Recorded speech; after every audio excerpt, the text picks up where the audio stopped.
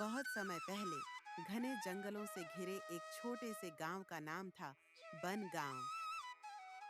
वहां के लोग मेहनती थे, पर उनके मन में एक डर हमेशा बना रहता था। वह डर था काली पहाड़ी की चुड़ैल का। कहते थे, हर पूर्णिमा की रात उस पहाड़ी से अजीब रोशनी उठती है और जो भी वहां गया वह कभी लौटकर नहीं आया। लेकिन कोई नहीं जानता था कि असल में वहां होता क्या है। काली पहाड़ी पर सचमुच एक चुड़ैल रहती थी, जिसका नाम था विरंजना। पर वह वैसी चुड़ैल नहीं थी जैसी कहानियों में होती है, जो बच्चों को खा जाती हैं या गांव वालों को डराती हैं। वह तो ज्ञान और जादू की साधक थी। वह प्रकृति की रखवाली करती थी, पेड़ों, जानवरों, नदियों और हवाओं की। विरंजना के पास एक पुराना जादुई ग्रंथ था, प्रकृति तंत्र, जिसमें प्राचीन मंत्र लिखे थे जो जीवन और मृत्यु दोनों पर अधिकार देते थे। वह जानती थी कि अगर यह ग्रंथ गलत हाथों में गया तो संसार में विनाश हो जाएगा। एक दिन गांव में एक व्यापारी आया। नाम था सेठ धुरंधर लाल। उसने देखा कि पहाड़ी पर रहस्यमयी चमक है, तो उसने अफवाह फैलाई कि वहां सोने का खजाना दबा है। लालच में उसने गांव के लोगों को समझाया। अगर हम सब मिलकर उस चुड़ैल को पकड़ लें तो खजाना हमारा होगा। गांव वाले डरते हुए भी सेठ के साथ चल पड़े।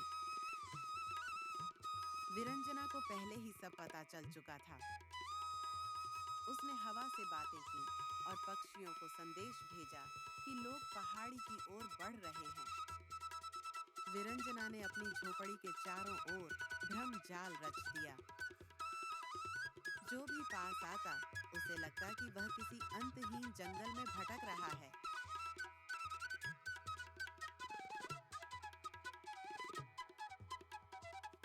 सेठ और उसके साथी घंटों घूमते रहे, लेकिन उन्हें झोपड़ी तक का रास्ता नहीं मिला। आखिरकार सेठ ने गुस्से में कहा, जादू से लड़ना है तो जादू से ही लड़ा जाएगा। वह एक तांत्रिक को लेकर आया, भैरवनाथ नाम का। भैरवनाथ काले मंत्रों का जानकार था। उसने कहा, वह चुड़ैल बहुत चतुर है, पर मैं उससे ज्यादा चालाक हूँ। वह पहाड़ी के नीचे एक बड़ा यज्ञ करने लगा। धरती कांपने लगी, आसमान काला पड़ गया। विरंजना समझ गई कि यह काला तंत्र है जो प्रकृति को हानि पहुंचाएगा। विरंजना ने अपना चांदी का दर्पण उठाया और मंत्र पढ़ा। दर्पण में भैरवनाथ की पूरी चाल दिखाई देने लगी। उसने देखा कि सेठ लालच में आकर अपने ही लोगों की बलि देने वाला है, ताकि ग्रंथ की शक्ति पा सके। वह तुरंत एक युवती के रूप में गांव पहुंची, साधारण कपड़ों में, पर उसकी आंखों में ज्ञान की चमक थी। उसने गांव वालों को बताया, जिस खजाने की बात सेठ कर रहा है वह असल में विनाश है।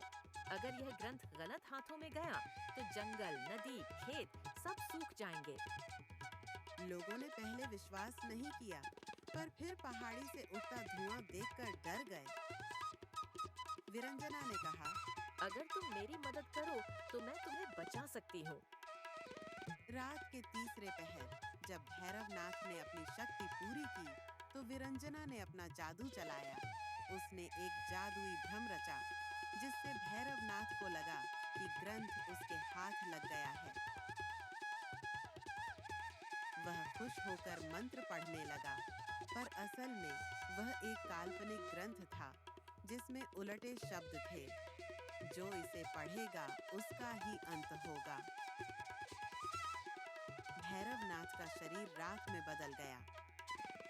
सेठ घबरा गया और भागने लगा, पर विरंजना ने शांत स्वर में कहा, मनुष्य का सबसे बड़ा दुश्मन उसका लालच है। मैं चुड़ैल हूँ, पर तुम्हारी आत्मा को श्राप नहीं दूंगी। तुम्हें तुम्हारे कर्मों का फल खुद मिलेगा।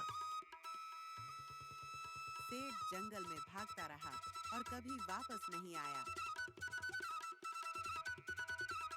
अगले अगली सुबह गांव वाले पहाड़ी पर पहुंचे तो वहां फूल खिले थे, हवा में खुशबू थी। विरंजना ने उन्हें दिखाया कि पहाड़ी में कोई सोना नहीं बल्कि ज्ञान का खजाना है। पेड़ जो दवाइयाँ देते हैं, पानी जो रोग मिटाता है, मिट्टी जो जीवन देती है। उस दिन से गांव वालों ने उसे काली चुड़ैल नहीं बल्कि प्रकृति माता कहना शुरू किया और कहते हैं, आज भी पूर्णिमा की रात उस पहाड़ी से हल्की नीली रोशनी उठती है। वह विरंजना की आत्मा है जो अब भी इस धरती की रक्षा कर रही है।